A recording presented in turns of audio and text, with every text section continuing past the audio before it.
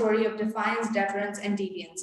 I would now hand over the floor to our distinguished chair, Ambassador Zamir Akram.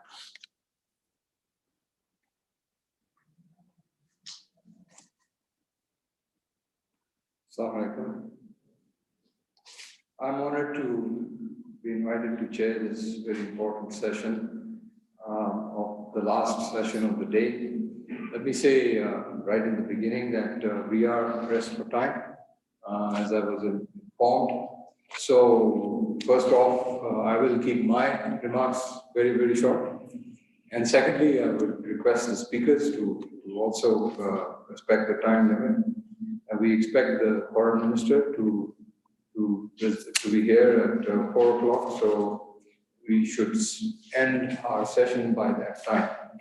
Let me say by way of introductory remarks, I don't want to go into the specifics of this particular issue of this session 3, which is the neutralizing the threat, the way forward. But just as a way of introduction, and something that has been talked about throughout the day, and that is that information or disinformation is a part and parcel of warfare and strategic thinking, or as you would call it in this session, a tool of strategic warfare. This was very clearly identified by a strategic thinker. I'm sure you all know of him, Little Hart, when he wrote about the strategy of the indirect approach. But even if you go back in strategic thinking to the original thinkers like Sun Tzu, when he talked, and it was mentioned earlier, about the best victory being the one that is achieved without fighting a war. And in that kind of victory, information or disinformation plays a very important critical role.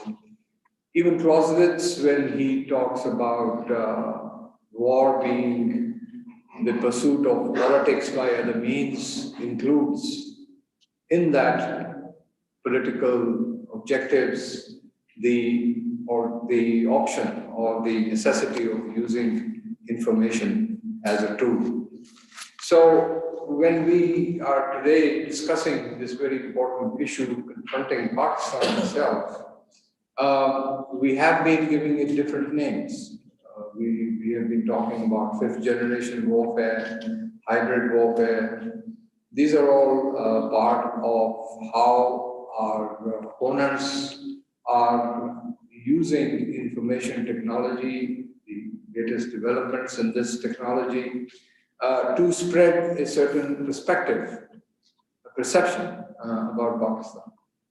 And as was also mentioned by Senator Mushahid Hussain, the Goebbelsian, or the argument used by Goebbels that if you tell a lie enough or repeatedly tell a lie, it can be taken to be the truth.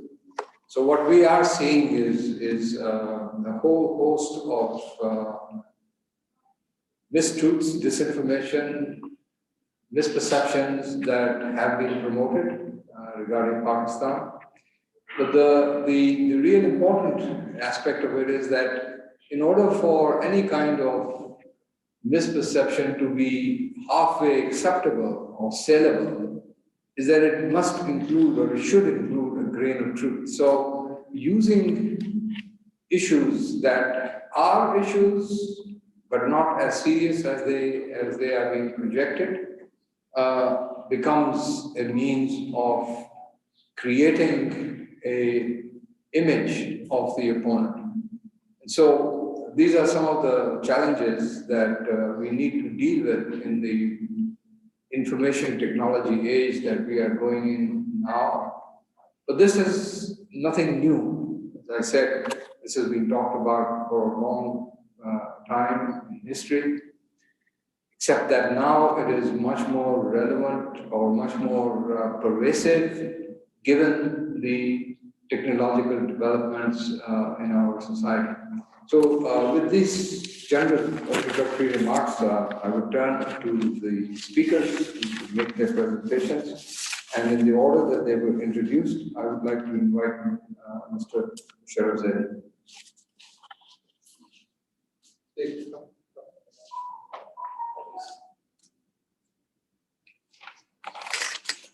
Bismillah ar-Rahman ar-Rahim. Assalamu alaikum. And first of all, my profound thanks to Nadeem Riaz and the entire Institute for Regional Studies team for the opportunity to share a few thoughts and ideas on this incredibly important topic. My thanks also to the chair for setting up the conversation in the way that only Zamir Akram can. It's a special privilege, and I will take the time to know both Farooq Amil and Hassan Abbas as people that I have admired and had the opportunity to know, one from a greater distance, another from much closer. Farooq Amil and I were at the Foreign Office at the same time, but never really had a chance to engage intimately. Hassan Abbas has been an elder brother and a mentor for many, many years. So it's a special privilege for me to be speaking with both of them. Because of the paucity of time, I'm going to challenge myself to finish before my allotted time so that you can benefit from the insights of Farooq and Hassan much more than anything that I may have to offer. But I thought I would try to frame the challenge of the counter-narrative with maybe 5 key principles, and I won't go into examples for many reasons, including the paucity of time, but not only the paucity of time.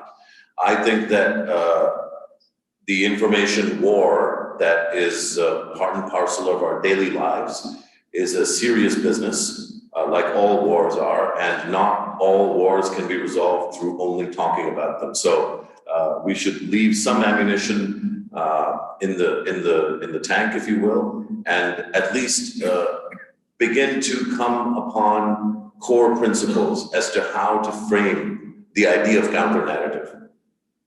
So I think there's, as I said, 5 principles that I'd like to share with the audience and those listening, and of course I'd also welcome feedback on this. The first is that react and respond are failures before anything else. So if your mindset is that there's a narrative out there and we must have a counter narrative, you are already reacting and responding. And some people like to distinguish between the people say, please don't react, respond. React is impulsive, respond is thoughtful. I deliberately bunch the two together and say that whether you're reacting or responding, so whether it's impulsive or you give it time to settle in and you've thought about it, if it's somebody else's narrative that you are responding to, reacting to, countering, then guess what? They own you. Because you are not establishing a conversation in accordance with your interests. You are in fact leaning into the already established conversation by, in this case, let's assume the adversary. So don't let the adversary decide what the conversation will be by either reacting or responding. So rule number 1 is if you find yourself reacting and responding, you're probably already a little bit behind and most likely to end up losing that contest. And again, this is in a closed system with no specific sort of examples, but the principle is reacting and responding is already the beginning of defeat. Because basically the enemy then decides what you're speaking about, not you. So I call this R&R, which is funny because in a lot of diplomatic postings, R&R is rest and recuperation. So react and respond is almost the same as being on R&R. Don't do it. Second, you need to build platforms and pitches of strength. And what I mean by this is, in the simplest words possible, you need to play to your strengths rather than playing to your weaknesses. This is a related point to the react and respond point. But basically what we're saying here is you must identify a strength and build upwards and outwards for success on that strength. Do not try to tackle information operations that are exploiting your weaknesses. And again, you can think of, and I will let your imagination, run wild as to what, of the many examples that are available, you can take any of them and think about why, for example, in one country's case, it's alleged human rights violations are a constant demand for you to speak on. And in another country's case, its human rights violations are given a clean bill. And if you're responding to the first instance, you've already lost the narrative game because you are leaning into what somebody else has decided is the agenda instead of establishing your own agenda. So instead of reacting and responding, and instead of playing to weakness, play to your strength. Decide what is your strength, build upwards from there. Now, obviously, the problem with both Principle 1 and Principle 2 is that these are time-intensive, labor-intensive, and capital-intensive efforts. If you're not going to respond and react, you're not chasing the newspaper headline or the television ticker or the tweet. So that demands a whole-of-system strategic patience. And that can't be done based on just a think tank conversation. That requires a whole-of-system, whole-of-governance consensus, which is difficult to achieve in today's day and age. So the next three are related to how we can, in some ways, address that internal weakness on both the do not respond and react and play to your strengths. So the third is partners, allies, and coalitions. The basic principle here is very simple. The same source or the same voices repeating the same messages over and over and over again are easy to ignore and muzzle. You'll find this on your timelines. On your Facebook page, there's an auntie or an uncle or a cousin or a friend or an old high school classmate who keeps putting out the same content, relatively speaking, over and over again. Over time, you will go and click on the corner and you will mute that voice. We've all done this. We've all identified things that have become irritating for us. And the reason is not because there's anything wrong with the message. The reason is that if the same person is delivering the same message, if the same platform is articulating the same call to action, over time, it becomes easy to ignore. So don't be that party. Don't be the party that allows itself to be put in the ignore or mute button box. And how do you do that? Well, you do that by identifying, and this is the tricky part in Principle 3, you do that by identifying stakeholders with similar interests, not the same interests, similar interests. But there's a caveat, there's a condition to this, because once you find somebody with similar interests, you have to do the second part, which is very hard, again, especially at a whole-of-system level, and that is that you have to tolerate differences within those similarities. So you have a broad agreement on some things, but you have to develop the capacity to tolerate that other voice will not be the same as your voice, that on some issues that may be important to you, they may not be important to your partner, your ally, or your member of coalition. Partners, allies, and members of coalition are not our slaves. Partners, allies, members of a coalition, and I would add voice projectors, amplifiers, are not our slaves. If we assume them to be slaves, we can expect them to mimic. But the thing about mimic is that the mimic is only repeating what the master says. And the audience knows the difference between a mimic and a master. So partners, allies, and coalitions are really about making sure that you are invested in your message rather than you being invested in you. Now, I would apply this to individual communications, I would apply it to group communications, and I would most definitely apply it to state-level communications. So again, the principle is build partnerships, find allies, build coalitions, and develop the tolerance that on the margins, they will not agree with everything that you have to say or that you want to say. The fourth principle is excellence of execution. And here I will use a specific example with no intent to denigrate or criticize. This is a thought leadership sort of group, right? So the idea is to invest in in thinking about how things are working. Excellence of execution is very simple. The medium is the message.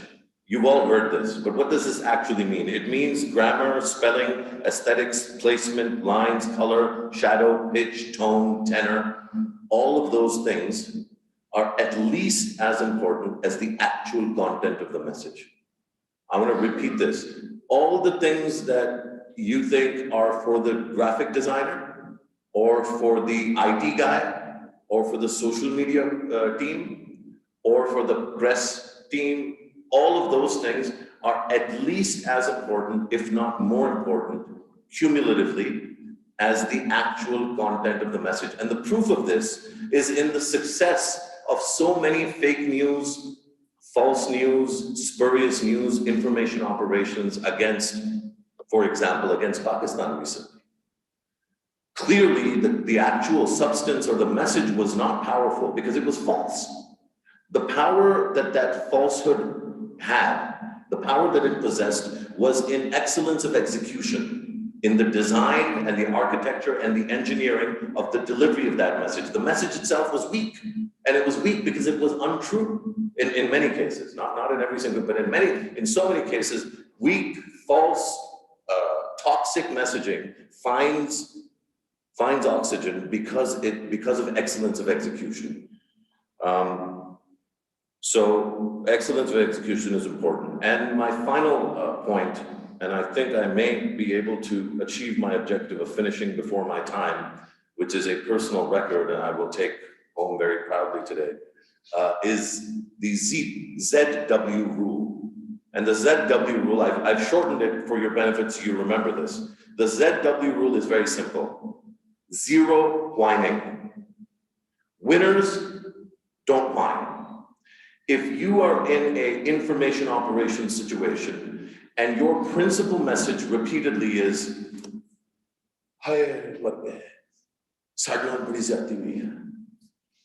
losing the information war. We're losing what's happening? Why won't anyone listen to us?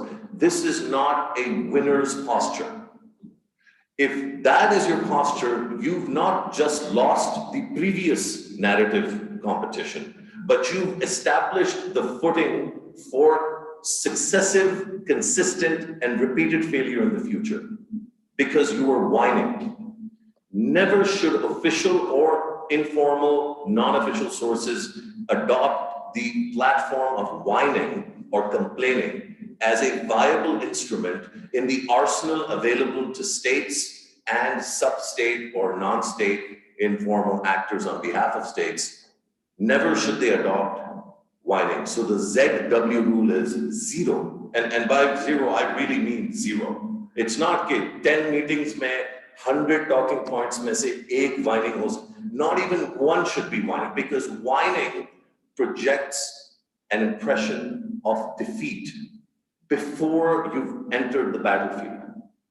So, to summarize, do not react and respond to the adversary's information operations or narrative building. Establish your own. Second, play to your strengths. Build a winning pitch. Decide whether you have a spin attack or a pace attack or a seam attack. Then build the pitch that will help you get wickets against the kind of attack that you possess. Build your own pitch, play to your strengths. Third, find partners, allies, and build coalitions that allow you to network your message with tolerance for your allies and partners to have different views on some things and similar views on the things that are most important to you. Fourth, adopt and hold firm to excellence of execution. And by the way, the example that I had referred to that I didn't give, I'll give it now, was the recent publication of the dossier. The dossier is an important milestone in Pakistani national security history, but it has been undermined by the quality of grammar, aesthetics, design, and delivery. It should not be buried beneath 8 websites with spelling mistakes and grammatical errors. And this is not an indictment of anybody working on it. We're going to have to learn this game because I think the Pakistani state suffers from earnestness And earnestness means that if you speak the truth, you believe that you'll be listened to. And this whole conversation that's been curated today at IRS is meant to get us out of this mindset. So the issue is not कि कोई बहुत बुरा हो गया, कोई तब्दील करे. The issue is how do we get better? Excellence of execution. Finally, zero whining. So with that, I will not whine about how quickly I have finished this and say thank you to the audience and to the chair.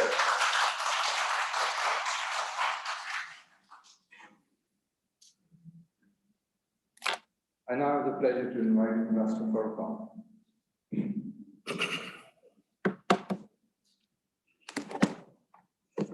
Bismillahirrahmanirrahim. Thank you, the Institute, for inviting me.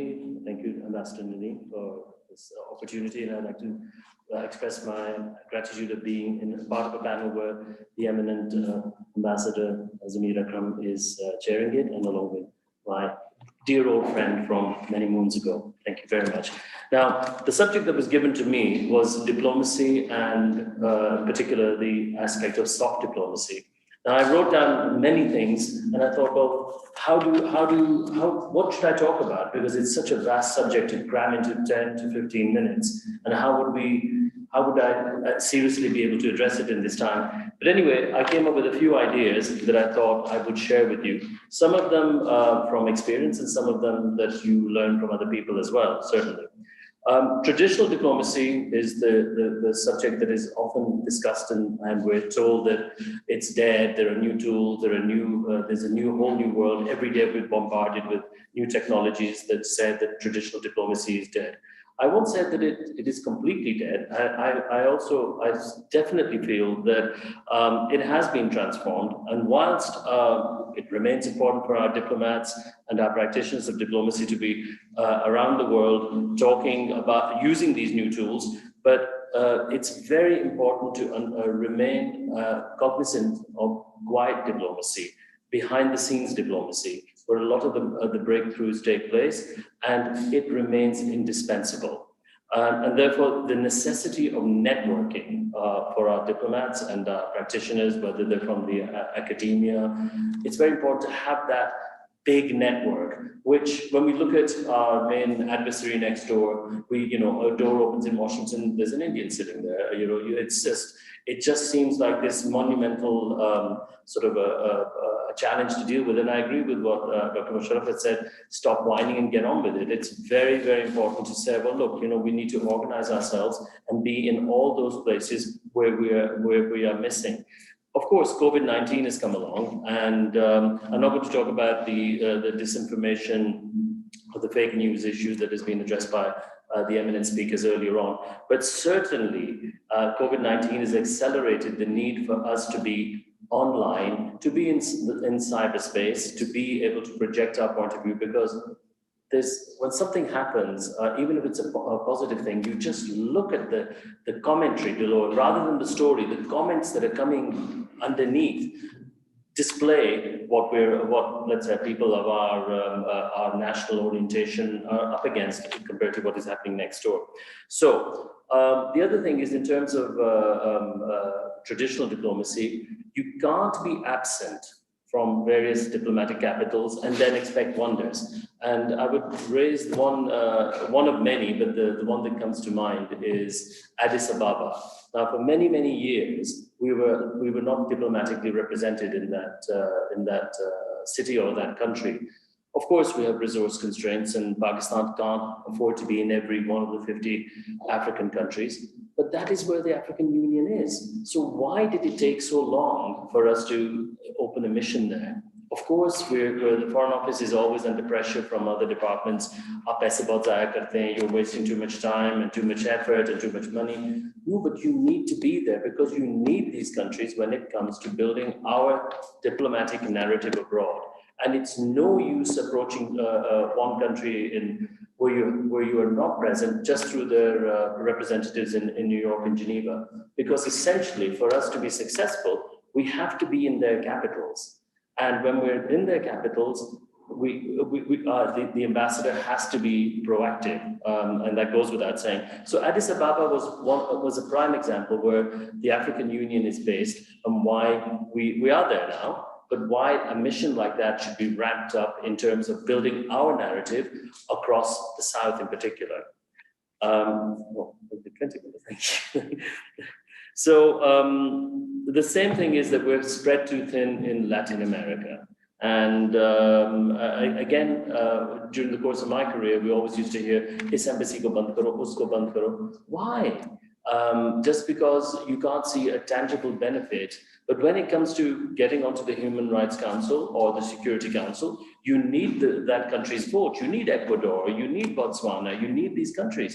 And therefore, it is ensuring our diplomatic presence in the multilateral global architecture. It's absolutely critical for us to be there. So if you say, well, it's money badly spent, or I personally find that it's a disservice to the national cause and a disservice to the concept of diplomacy. And I'm sure Ambassador Zamir Akram, who is our senior colleague, would agree with this. The Foreign Service of Pakistan is a very small service, but we're always constantly told we're punching above our weight, or our size, I should say. We're saying Pakistan seems to be everywhere, but then, why is that? Why do we all become generalists? So we need to have a bigger foreign service with more people that are trained in specific areas. So whether it's South Asia, or whether it's multilateral, whether it's Europe, or the ignored African and Latin American continents, to be frank, on multilateral issues. So I would come to the Foreign Service Academy as well. I think it's grown leaps and bounds. And this is an important incubator for developing the mindset of diplomacy and the practitioners of diplomacy of tomorrow. And I was pleasantly surprised to see a fantastic new building that it's in the diplomatic enclave.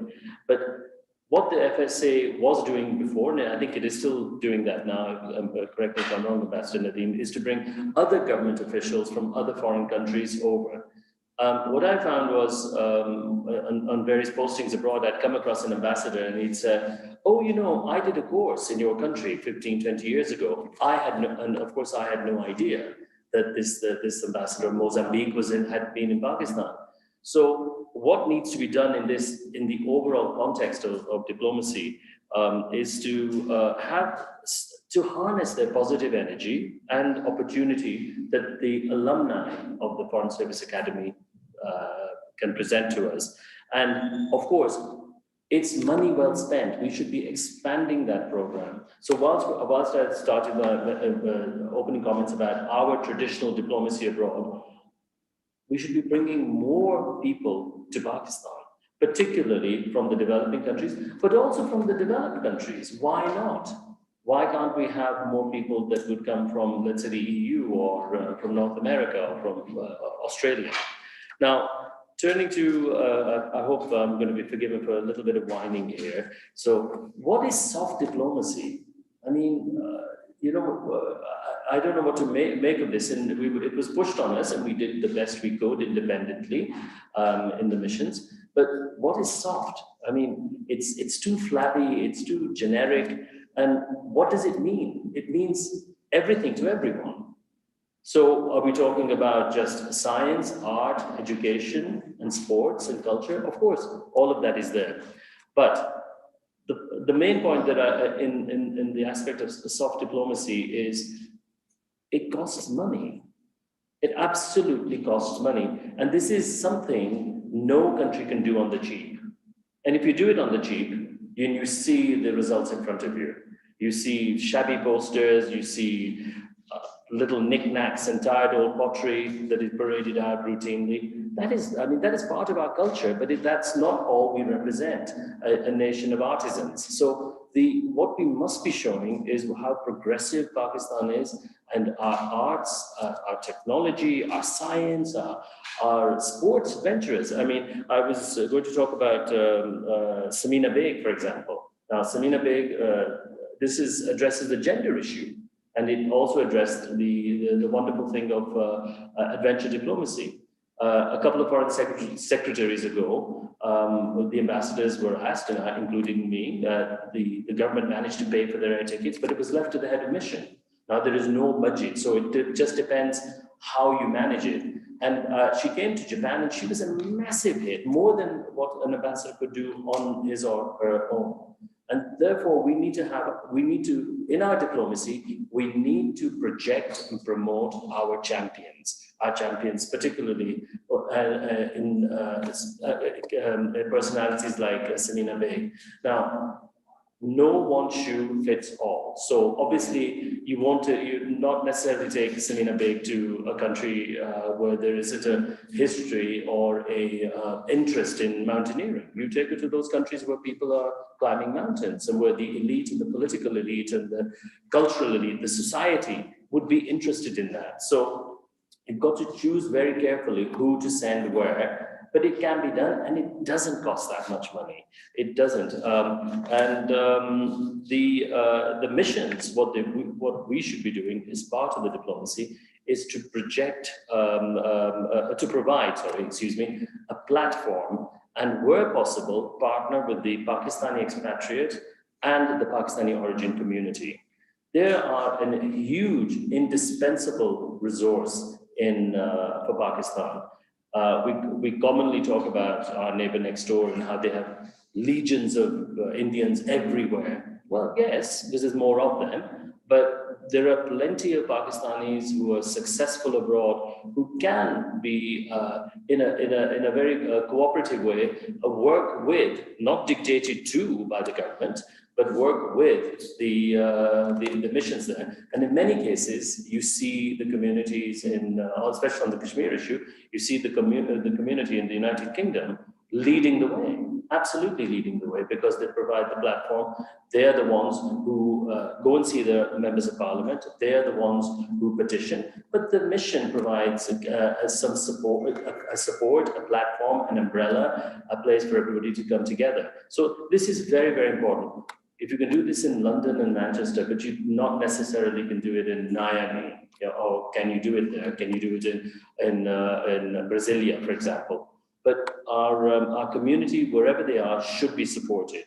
Now, sometimes when the Pakistan has been trying to promote its diplomacy, it's often come into some kind of problems with the community, and the community can have its own views. So they say, "How many fashion show hone denge?"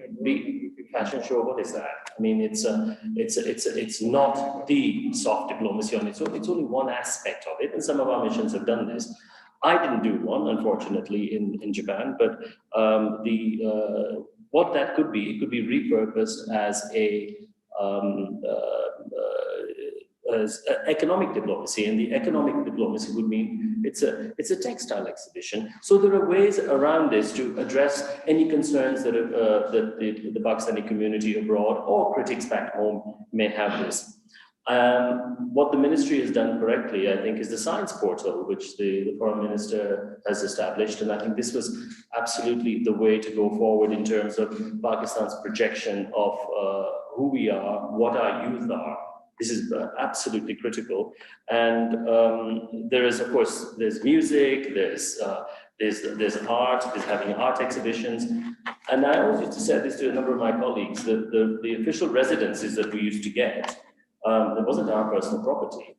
And if the government can pay for them or they can be funded to fly there, put up the artists and have an artist in residence. You can do it, not on the cheap, but you can adjust it around the financial constraints that our society, our country has. And there are ways of doing it. And so the residences should be a kind of an open house for anybody who would be able to comfortably accommodated whilst they want to visit a particular country to talk about poverty alleviation, to talk about science, to talk about education, and in particular, let's have the artists come.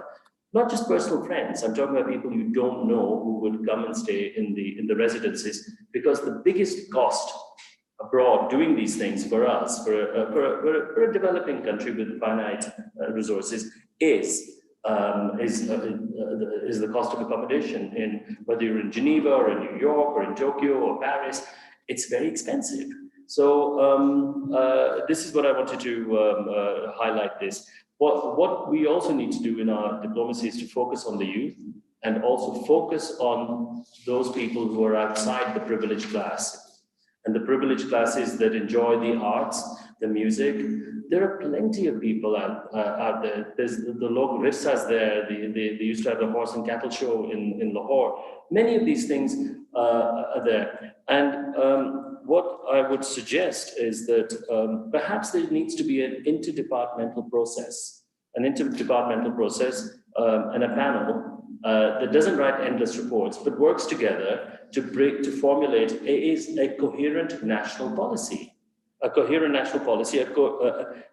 Maybe ideally because it would be used for projection abroad and diplomacy abroad by the foreign ministry, but in partnership with the cultural department and other the sports, youth and tourism wing. If you look at the state of the other thing is the reality check. I wanted to quickly talk about the reality check. How do you project a country which has had for decades official suppression of the arts?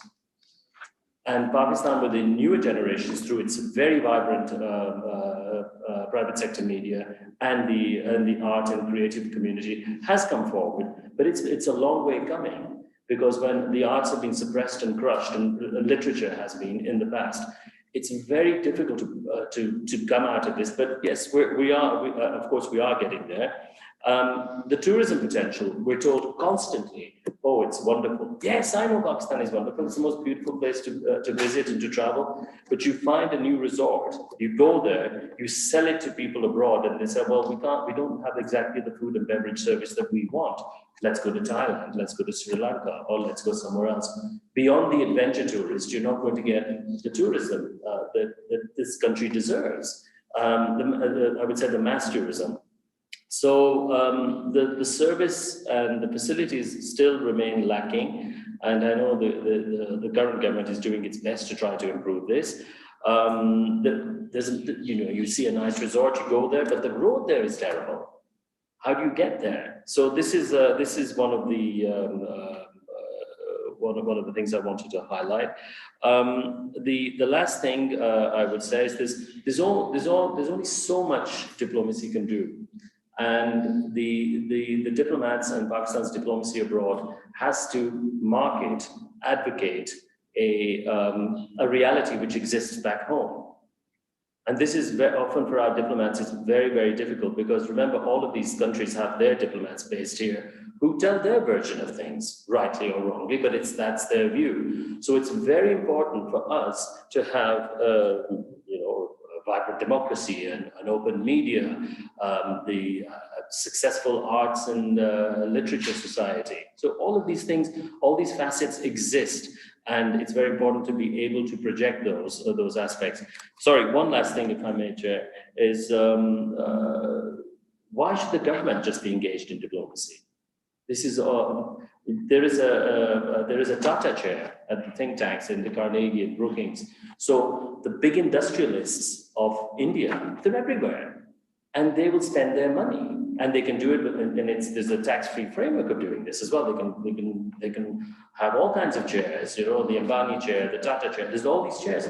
So I've yet to see one of our chairs being set up by our industrial elite. And they're very established. And having dealt with them from Japan in particular, they're very, very world-class business community. And I see no reason why there wasn't a, XYZ chair at Tokyo University. Why not?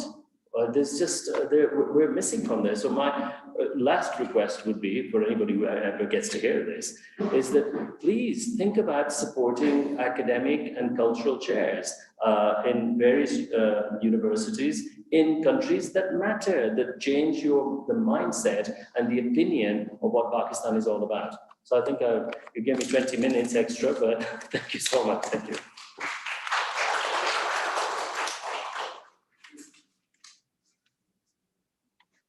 Thank you so much, sir. I will now pass the floor to Mr. Hassan Abbas, who is going to join us virtually.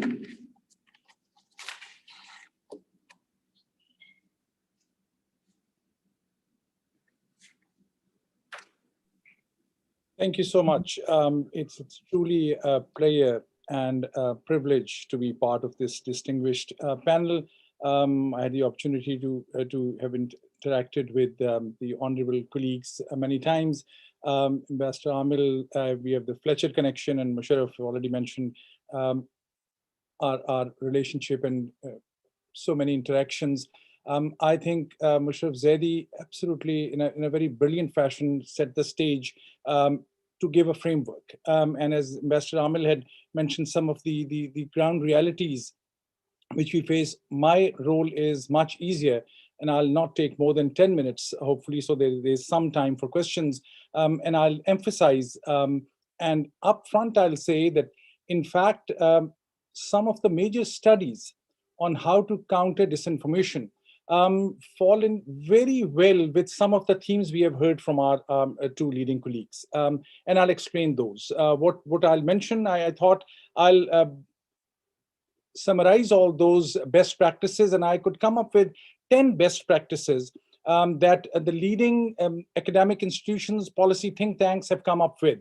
There were many more, but I summarized those to 10. And as you will see how closely they relate to what we have already heard. But first and foremost, I would say that this area and I'll speak more as an academic first, this is an area which is being developed, how to develop counter narratives or counter disinformation campaigns. Previously, it used to be called, as we've heard, propaganda, counter propaganda, strategic communications. There were many of these buzzwords, very nice, sophisticated words, actually, basically to say how to lie and how to respond to lies through more lies. I'm being blunt. Then comes this new art and science of narrative building, which is extremely important. But in this day and age, when these new digital platforms have unleashed these innovative media practices, manipulating facts on daily basis with global reach, that's the challenge. In this age of smartphones and smartphone alerts and mobile applications bringing the latest news to us on daily basis on our phones, leaves so little time for us to look at, try to authenticate, try to double check, and that's the major challenge. So before I get straight to my 10 points, and each point will not take more than a minute at all, a couple of more points. First, also what we now call it the fake news. What have we learned in countries which are facing, in the United States where I sit, how they challenged fake news? I think the most important realization has been that it is independent and free media which is the first line of defense against disinformation. That's my major point. I'm giving you a major summary. I'm repeating, independent and free media. Secondly, this disinformation campaigns are highly problematic for democracies for a variety of reasons. I was looking at this quotation from a United Nations Human Rights Special Rapporteur who had said, all too many leaders see journalism as the enemy, reporters as rogue actors, tweets as terrorists, and bloggers as blasphemers. And that's where the challenge is. We often believe that we have a rational relationship with information, but we don't. We have emotional relationship with information, which is why the most effective disinformation draws on our underlying fears and worldviews. And then we really fall into that trap that is set for us for this modern media and technology. Now, straight to my 10 points. Again, as I had said, the two speakers have brilliantly set the stage by giving a conceptual framework. So it is much easier. My 10 points fall into those. Number one, and this, as I mentioned, I am thankful to Brookings' work, CSI's work, actually Fletcher School's one major study that they have come up with. These are not my words. I am just borrowing these, summarizing those just so that these are of some value. Number one, producing and disseminating facts and accurate information is one of the most effective ways to build credibility. As simple as it may sound, it is about building culture of integrity, compliance, and ethics.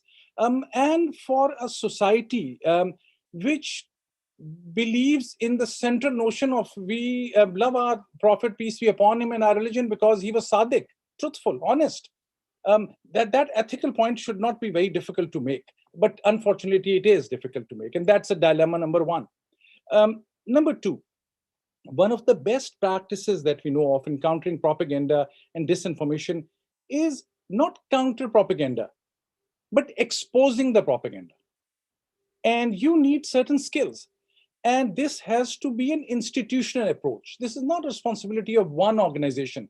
As brilliant as it may be, as effective, as financially strong it may be, it's a cultural way. It's an institutional approach that is needed because the challenge is so huge and it is still increasing. I mean, just as an example, think of United States with its enormous resources, and there's more money spent on counterintelligence. If actually you'll be amazed, it's not most of the money in developing states is not used for intelligence operations. It is used for counterintelligence operations. That's the biggest budget. And despite that, US realized that in 2016, some of the Russian influence in elections was so huge. They were totally taken by surprise. There was no shortage of money or brilliance or people. It was just a new arena. So it's a big issue, which is a global issue. I go back to my second point. So the counter, as I said, it's about exposing the propaganda and your capability to that. The third lesson that I gauged or gleaned from these studies is that governments will have to take responsibility to promote news literacy. Disinformation is used as a strategic warfare tool or hybrid warfare, whatever phrase we want, new buzzword we want to use. At the end of the day, it is your capacity and of the ordinary people, whether they are literate enough, literate not in the real sense of the word, the way used literacy, but literacy to deal with and look at the news media. The quality journalism, and especially investigative journalists, now becomes so central to all this because they are the only ones who have the scientific tools and skills to expose this fake news without legitimizing it when they counter challenge it. And as Musharraf had rightly said, once you are in the business of countering, you are already one step behind the curve. But this means, in my third point that I'm making, it is all about more funding for local journalism and deeply researched long-form research, which is local, because you build your credibility because of that. Nobody from outside will be able to manipulate or give a fake scenario when your own news and your own work is so credible. Just a quick anecdote of thoughts. Many years ago, I'll not name the person, a very renowned scholar from Pakistan's neighboring country, India, was speaking in my university. And he, in his own right, he had the right to explain his interest, but he explained and kind of challenged the Pakistani situation, political, cultural, religious, in a devastating fashion. Some of those were not wrong, but he just clubbed all those together. I had a chance to ask him a question for which he had no answer. I explained to him that in support of your argument, sir, you have mentioned 8 quotations from leading Pakistani journalists and writers. And I said, all these quotations are from Dawn, Tribune, The Nation, The News, which tells me that Pakistan is a very open and free society where their own leading scholars and writers are so open, free, that they are challenging the crisis in their own country. So it means there's a vibrant discussion and democracy that is in that country. So you cannot say that these things are hidden. And that was one way to explain it. I go to my fourth point. The governments have to think about avoiding crackdowns in news media. The reason being that it directly impacts on the credibility of your voice. And this, again, it's not a political statement I'm making, keeping something in view. This is exactly, I'm borrowing from a major Brookings study on this issue. The policymakers, and as Ambassador Amil so rightly mentioned, it's about policymakers and industry coming together to build a resilient information system that is ready to mitigate the effectiveness of misinformation.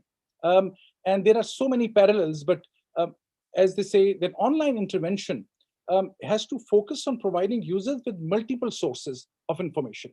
And that's the only way the diversity of information sources provides a layer of credibility, because people look for different sources to authenticate. If you clamp down on 5 out of 6 channels, the 6th one is the only voice, and if they lack credibility, your whole narrative goes down. Number 5th, The role of non-profit organizations. And there are, I'll just mention a few names, PolitiFact, factcheck.org. You may have seen in United States, whenever even the head of the state speaks or during the election campaign or any other major speech, immediately after that speech, they have one designated person calling fact check. And they explain some of the data, some of the budget figures, which were given in a wrong sense. So this has converting into an industry as well.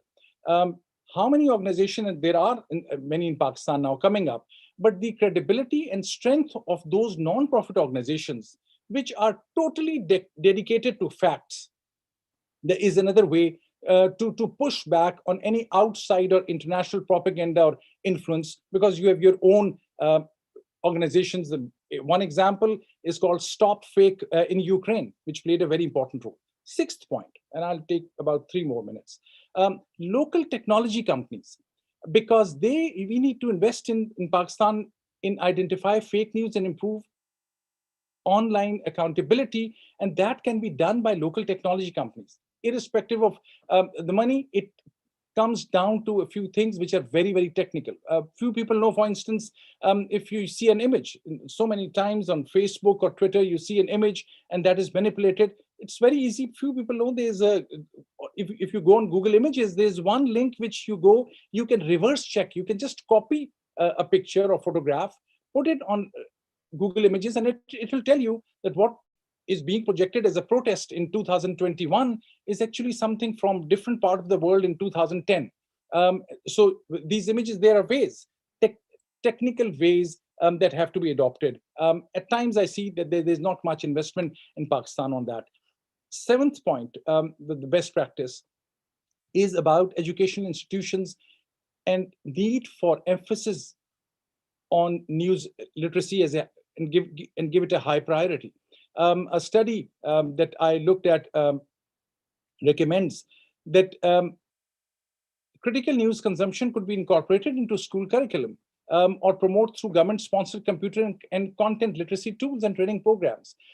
That's another avenue that you'll have to build your institutional capacity among your ordinary people to be able to see in your own country. And that's the same thing in a global sense as well.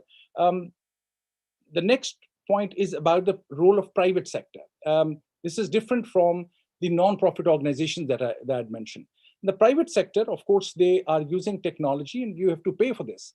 And there are a few very good websites. I'll just mention one, factcheckingday.com. Something, a local companies, technology companies, which use that. And those you sponsor and you support those because they then provide globally a check on the narrative, so that if someone else is providing a fake news that what Pakistan had gone through recently, then that one website which you have a control on and which is totally working in an honest fashion and it has its own credibility, that's not a government organization, that's not the Ministry of Information, that's an independent private sector company in which government has also invested or supported it. That would do what a whole organization or brigade cannot do. The ninth point is about the legal arena. And it's so important to develop legal tools that target methods of information, not necessarily content. We often immediately think of content without looking at which methods were used.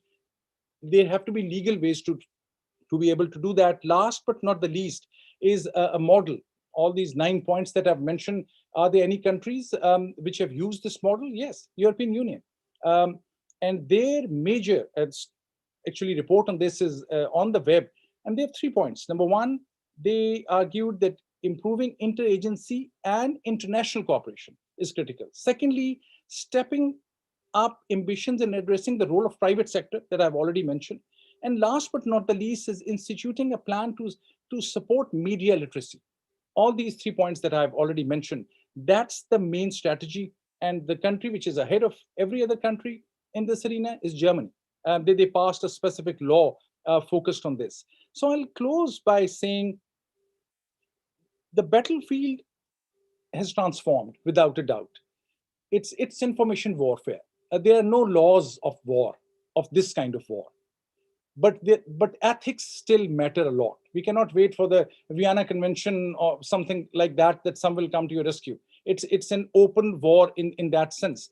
But ethics will matter because at the end of the day, credibility of your narrative counts. And the more you invest in your credibility and integrity of your narrative, the better equipped you are to fight disinformation. Thank you very much.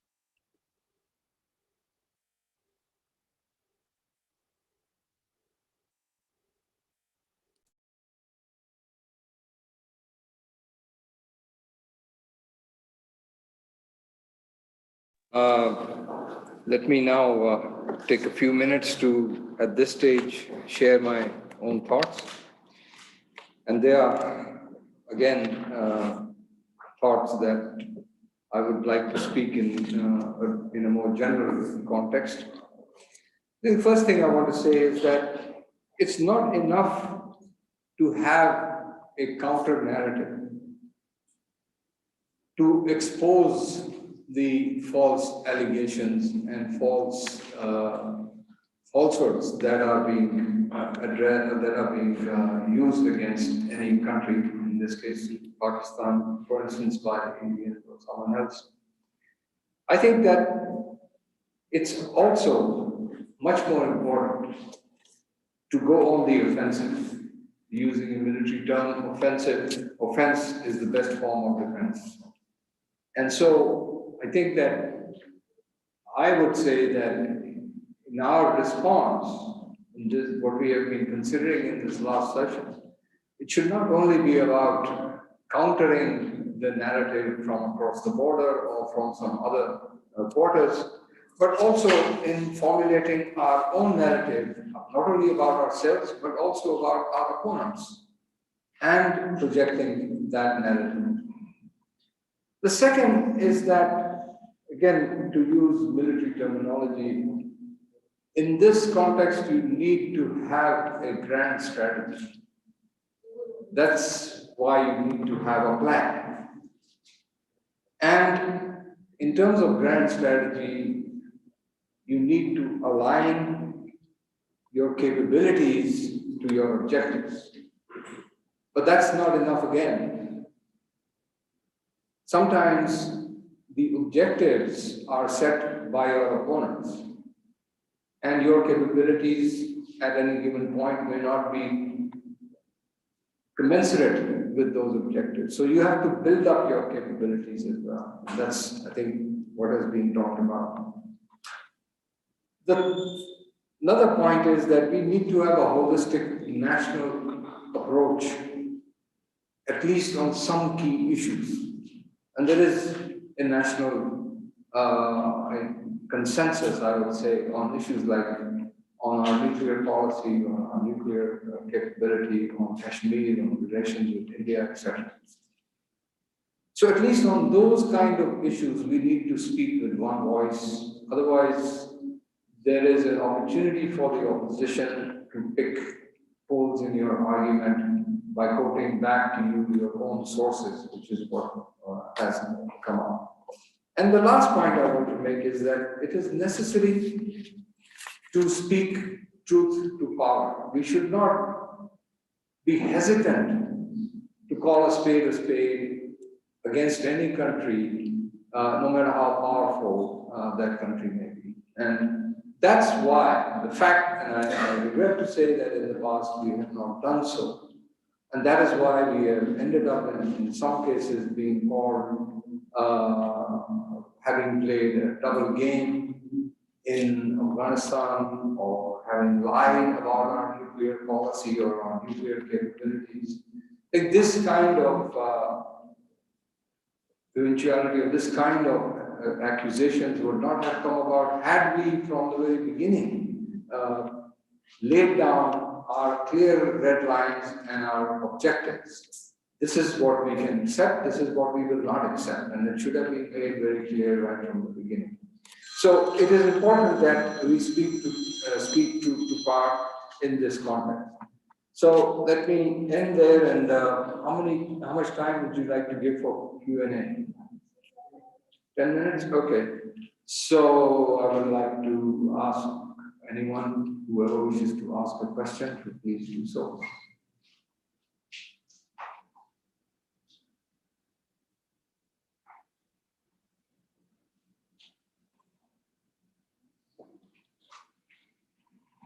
Yes, could you introduce yourself before you answer? My name is Nanda. I am from Institute of Business Studies. My question is to Islamabad. At one hand, disinformation is becoming a state food or statecraft tool of terrorist warfare. On the other hand, states striving to regulate it purposely to mitigate the evolving threats to national security. This same happened in the case of nuclear weapons. States try to have nuclear weapons protected knowledge with a non-proliferation. But the dangers of the nuclear weapons were clear. But disinformation warfare has no boundary that you have just mentioned. So how can we deal with the threat of disinformation when the state is the aggressor and the victim simultaneously?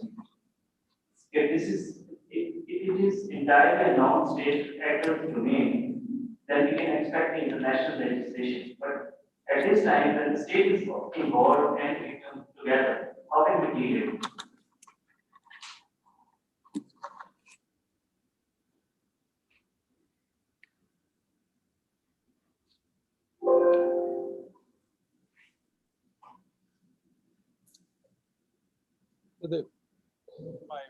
Was the question for me? I heard part of it.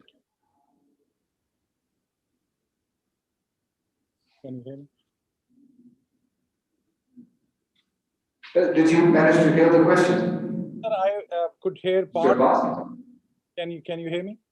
I heard part of the question because the voice is different in that room. But if I heard it correctly, the last point, which I think is a very valid point, and please correct me if I heard it right, that what if a state is involved in this kind of information? Are there any international? Was this the main gist of the question? Because I could only hear the last. I think the thrust of the question was that what if the state is considered both the aggressor and the victim? What kind of choices does it have? The tragedy is at this moment, there are no international norms in that sense. Yes, you go to United Nations, elsewhere, you raise your voice. To the best of my information, there are no international avenues at this moment, other than, for instance, if it relates to freedom of media or it relates to some specific rights of a certain group, but state versus state, even if you prove it, and the evidence of that is when in last twice it happened, this was a consensus in the United States that a major cyber attack had happened from, let's say, country X. Many believed to be China and Russia. The general consensus was there will be a response from US in the same arena. So there are no, and that's not, I think, the best way to move forward globally. But at this moment, there are no international, to the best of my knowledge, and if anyone, other panelists know, please correct me. I have not come across any major international efforts. There are international efforts. They have not led to any international forum, whether even in the international law sphere, that you can challenge those. International Criminal Court, yes, if there's a criminal activity. If there is a cyber crime, there are ways, because European Union will go after you in certain ways. But a global organization where you can go and challenge and prove evidence that country X has done this to us, at this moment, it is a developing field. Okay, thank you. Any other questions?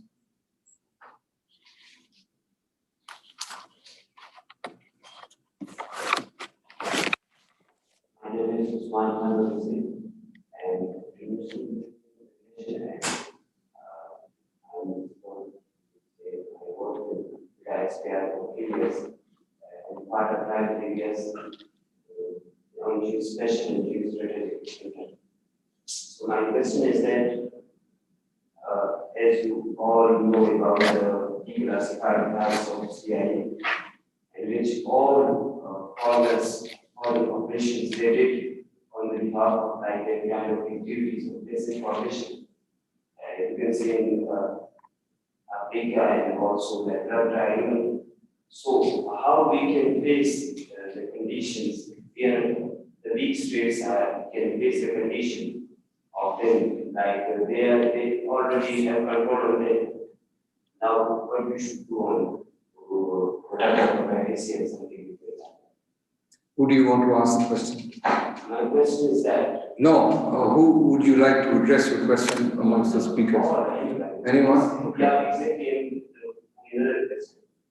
Because then our Kashmir diaspora is very weak and we haven't any proper answer for that. Why and how we can manage it and why we haven't any proper like media house that is to defend our privacy and other things. Okay. Anyone, would you like to? Sure, do you want to? I didn't quite follow the first part of the question. I can address the second, perhaps. Okay. Can we have the microphone here, please?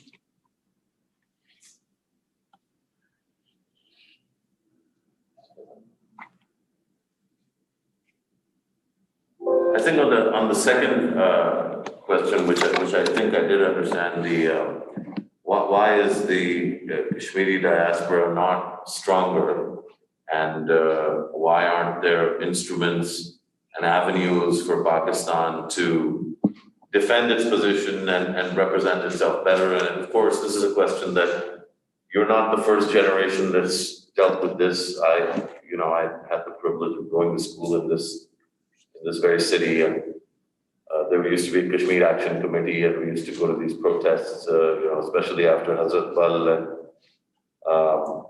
the early 90s, and the kind of environment it produced in Srinagar and throughout the valley.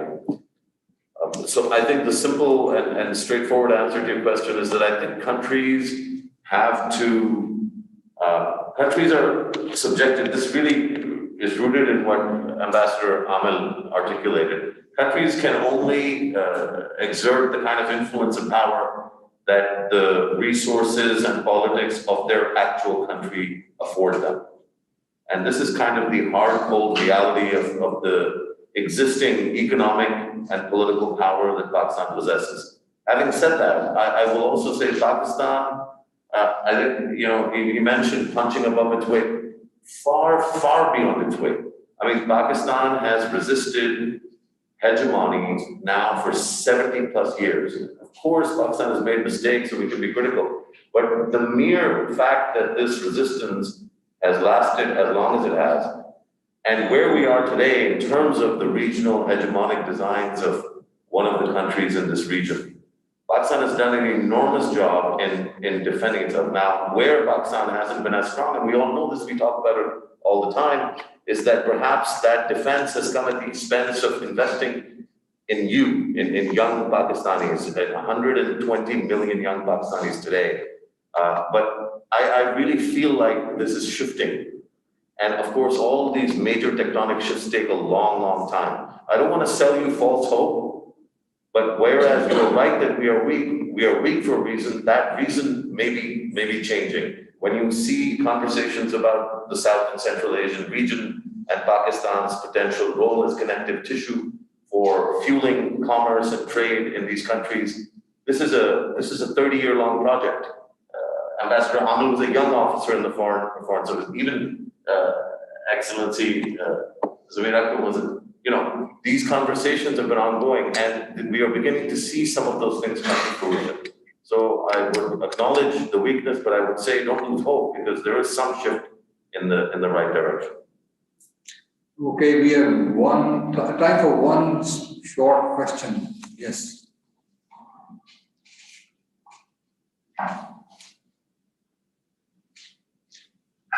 First of all, Assalamu alaikum. My name is Mohammed Sulaiman Khan. I'm the chair of Media Studies at International Islamabad University. My question is specifically to Musharraf Zaid, you. You said that don't yet respond to any false propaganda which you just build your own narrative strong enough. So my question was, how how should we not react and respond to any false propaganda? Because you have to react to it. I can understand it. You have said at first make narrative strong, but you have to react to it. Or even after when someone is blaming you for something you have not done, you have to react to it. Then you can build your own narrative. Thank you. Sir. Mike then. Thank you, that's an excellent point, and I'm glad you raised it. I think I should have clarified then, and I will clarify now, the purpose of establishing the do not respond and react as a first principle is as a strategy for how to counter narratives. Of course, there are information operations, somebody says something, we react, but those reactions, to set the record straight, are different from developing a strategy that is based on reactiveness and responsiveness. So I think the distinction is individual case studies. Of course, somebody accuses you of doing something you haven't done. You respond with a press release or a statement that says, we haven't done this. This is the proof of us not having done this. And we demand that this be retracted, and we demand evidence for this allegation. Ye to technically at an operational level, oh yeah, that's a natural course that nobody's going to stop doing that. But in terms of our broad strategy, if the only thing we ever say is, no, we didn't do this, no, that doesn't represent who we are, that's really what I'm talking about. So the do not react and respond is from a strategic perspective, not individual case studies. Okay. Well, I said that is the last question, but I think I'm advised that we have a little bit. Yes, the lady there.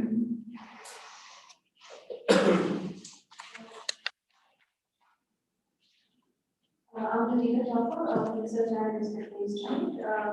I have a comment. There are two major threats related to information. Number one is the threat to the important information technology infrastructure that we relate to cybersecurity, and number two is perceptions. As Dr. Zainab said that we don't need to mine, but I think we need to investigate and we need to assess to what extent India's 15 years old this disinformation campaign has harmed Pakistan's interests. So what do you say about it?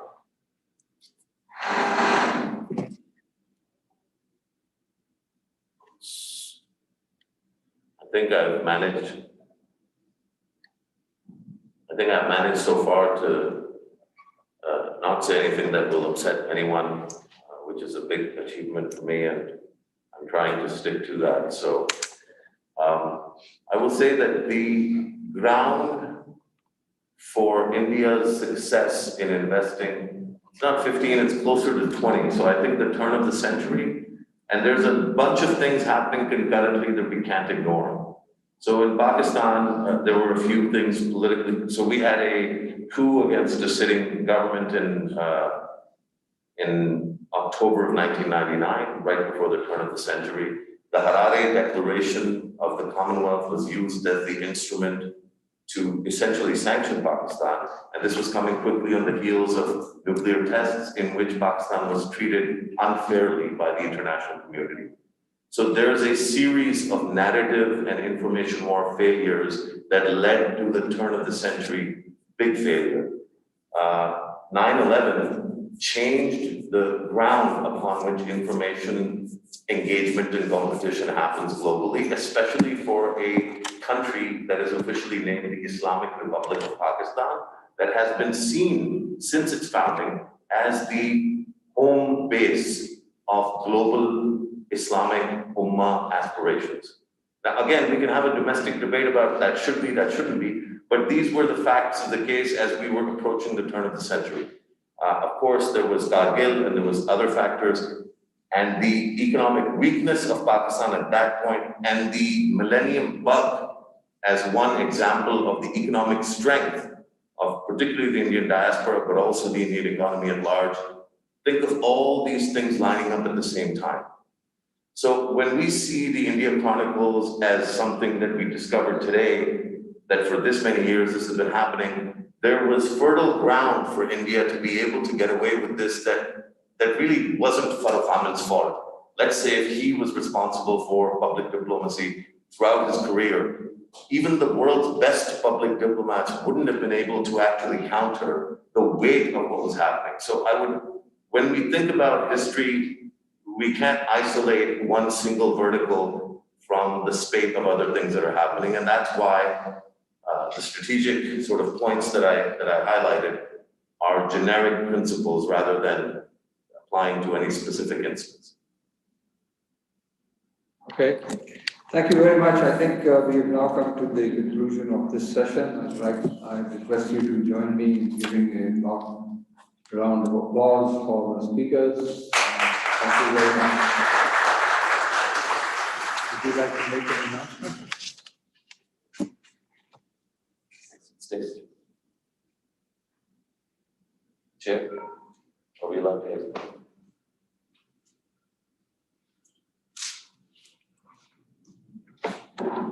I would request everyone to please remain seated. The Foreign Minister will be arriving in 5 minutes to give his concluding remarks.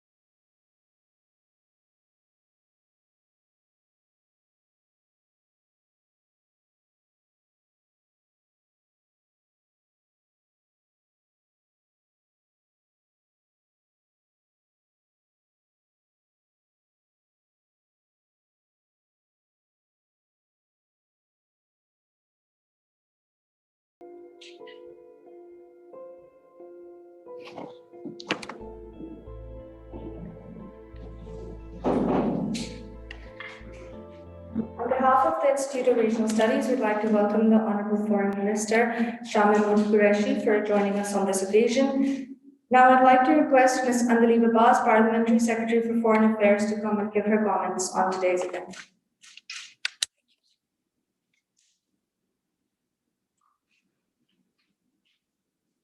Honorable Foreign Minister, Excellencies, distinguished guests, thank you very, very much once again for this very thought-provoking seminar. Sir, I was here in the first half. The quality of the panelists and the quality of the discussion was extremely thought-provoking and of a high level. So I congratulate IRS for carrying out the seminar at a very important junction. Some of the points that were highlighted in the morning also, very important that today wars are not fought on battlegrounds, wars are fought in the minds and hearts of people. And though this has been always the case from Hitler, the propaganda machines and go well, the way it now goes at the speed and scale of the click of the thumb, rather than the trigger, is more lethal than fighting a military war. And thus what Disinformation Lab has uncovered is what Pakistan's stance has always been, that despite everything, we have a neighbor who does not want peace, and it is Pakistan who has been at the receiving end. So some of the participants very clearly pointed out that, for repetition for 5,000 days, almost 5,000 days, 15 years, there has been a network of 750 sites repeating the same thing so many times that it has just pervaded in the hearts and minds of everybody now. And that is why the way forward was described by our international participants also and by local participants also, is that Pakistan has an opportunity to come and challenge the narrative that has been built, to get the help of the international institutions together, and also very importantly, the global citizenry factor that activists, civil society, sports players are talking about India now and are talking about this narrative. And that is why at this juncture, a debate, a discourse nationally and internationally on this is extremely important to carve this opportunity into the reality. As Dr. Martin Luther King said, that no lie can live forever. I think it is time that this lie is exposed more and more in every forum. Thank you very much for a very successful seminar today, sir, and thank you very much for coming and honoring us with your presence.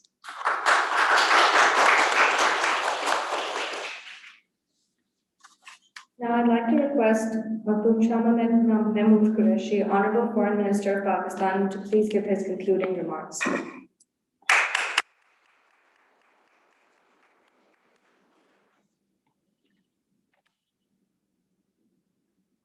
Bismillah ar-Rahman ar-Rahim. Ladies and gentlemen, let me apologize for being late. I was in the midst of a meeting which went longer than expected. Before I make my comments, Anjali, you said you should challenge the disinformation that has been spread. That's exactly what we have been doing, and that's exactly what this seminar is all about. Telling the world what the reality is, and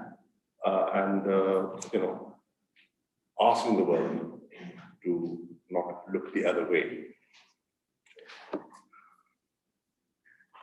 Excellencies, ladies and gentlemen, Assalamu alaikum.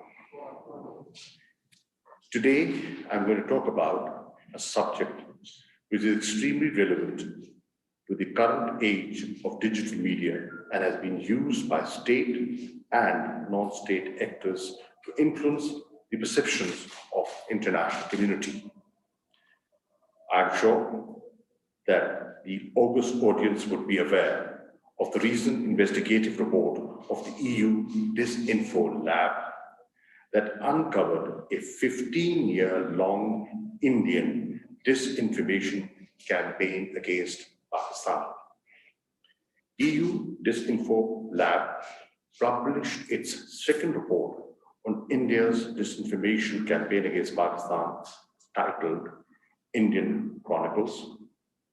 Deep dive into a 15-year operation targeting the EU and UN to serve Indian interests, and this was published on the 9th of December 2020.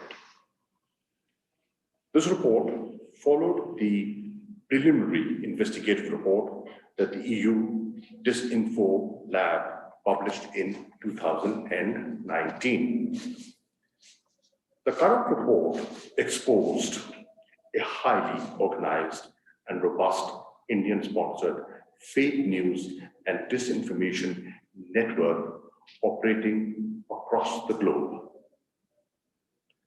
The network comprising fake online media outlets and websites, sham think tanks, and resurrected dormant NGOs was engaged in a well-thought campaign to malign Pakistan internationally, including at the UN and the EU.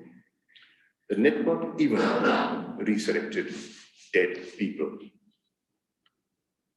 Along with other capitals and cities, this network was particularly active in Brussels and Geneva in producing and peddling malicious content against Pakistan.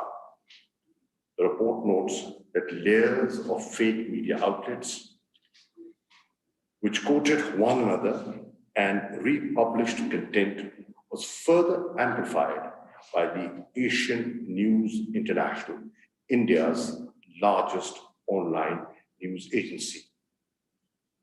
ANI became the primary purveyor of such news. In fact, ANI served as a feeder of fake news and disinformation reports for the mainstream Indian media and publications. The report revealed a dark web that had over, as you mentioned, 750 media outlets in 116 countries, direct control over 10 NGOs accredited to the UN, more than 550 website domain names, resurrection of dead people, impersonation of EU institutions, identity theft, maximization of negative content about India's adversaries, and fake journalists. Even members of the European Parliament were ensnared into it. In its first report of 2019, the EU Disinfo Lab had exposed an online magazine, European Parliament Today, which was impersonating as official media outlet of the European Parliament. EP Today was brought down after the initial investigative reports by anti-disinformation organizations. However, according to the EU Disinfo Lab, EP Today subsequently resurfaced as EU Chronicles. The India-based Srivastawa Group, under its Vice Chairman Ankit Srivastawa, remains at the core of this fraudulent network.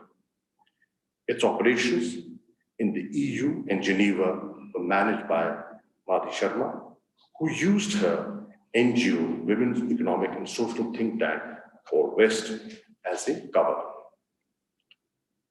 The report further revealed that the NGOs and think tanks used by India were carrying out this protracted anti-Pakistan disinformation campaign included, among others, Women Economic and Social Think Tank, South Asia Democratic Forum, International Council for Inter-Religious Cooperation, European Foundation for South Asia Studies, European Organization for Pakistani Minorities, South Asia Peace Forum, Baloch Forum, and Friends of Gilgit-Baltistan.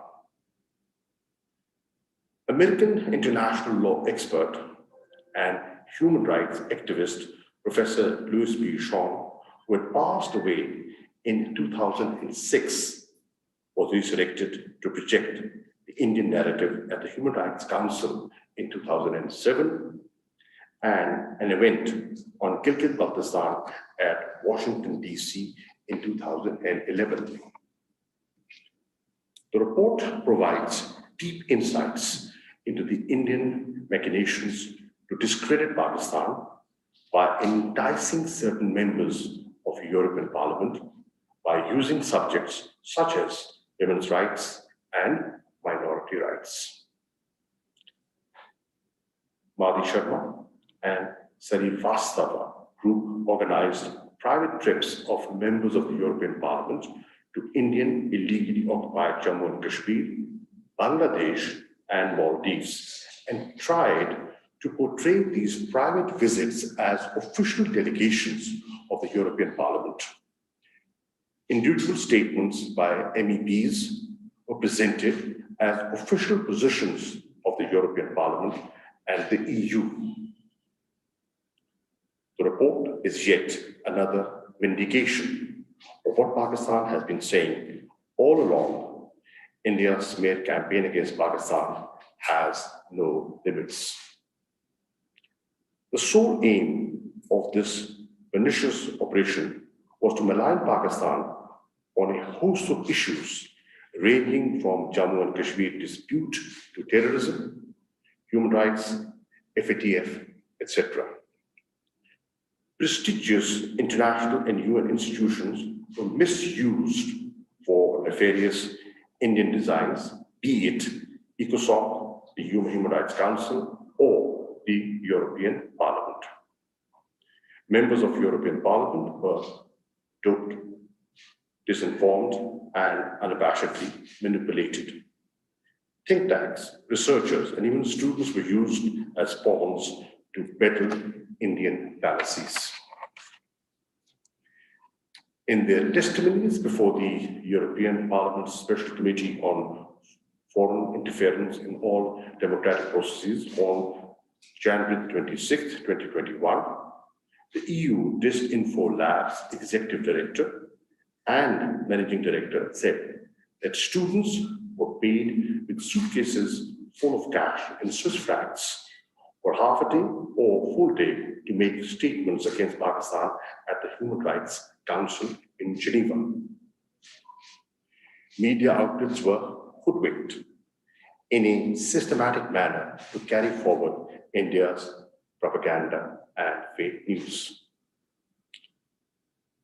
Through this disinformation operation, India has sought to maliciously influence decision-making in key institutions and contaminate global perception and discourse vis-a-vis Pakistan. For the current RSS-BJP dispensation in New Delhi, maligning Pakistan is an article of faith. We have consistently sensitized the international community about India's fabrications, misrepresentations, and blatant lies about Pakistan and its perspectives on major issues. Pakistan has also put forth incontrovertible evidence to the UN and the EU in the form of a comprehensive dossier extensively documenting India's active planning, promoting, aiding, betting, financing, and executing terrorist activities in Pakistan. The recent revelations by the Mumbai police regarding WhatsApp exchange between Indian journalist Arnab Goswami of the Republic TV and the Partho Dasgupta, CEO of Broadcast Audience Research Council, further substantiates India's odious designs against Pakistan. We have called upon the international community to take cognizance of India's systematic designs to damage Pakistan's image and international standing. I have written to the EU High Representative asking him to make India accountable for its deeds which have been unearthed by an independent and non-profit organization funded by the EU itself. Our ambassador in Brussels is engaged with members of the European Parliament and European institutions to sensitize them about India's nefarious designs against Pakistan, particularly by misusing the platform of the European Parliament and territories of the European member states.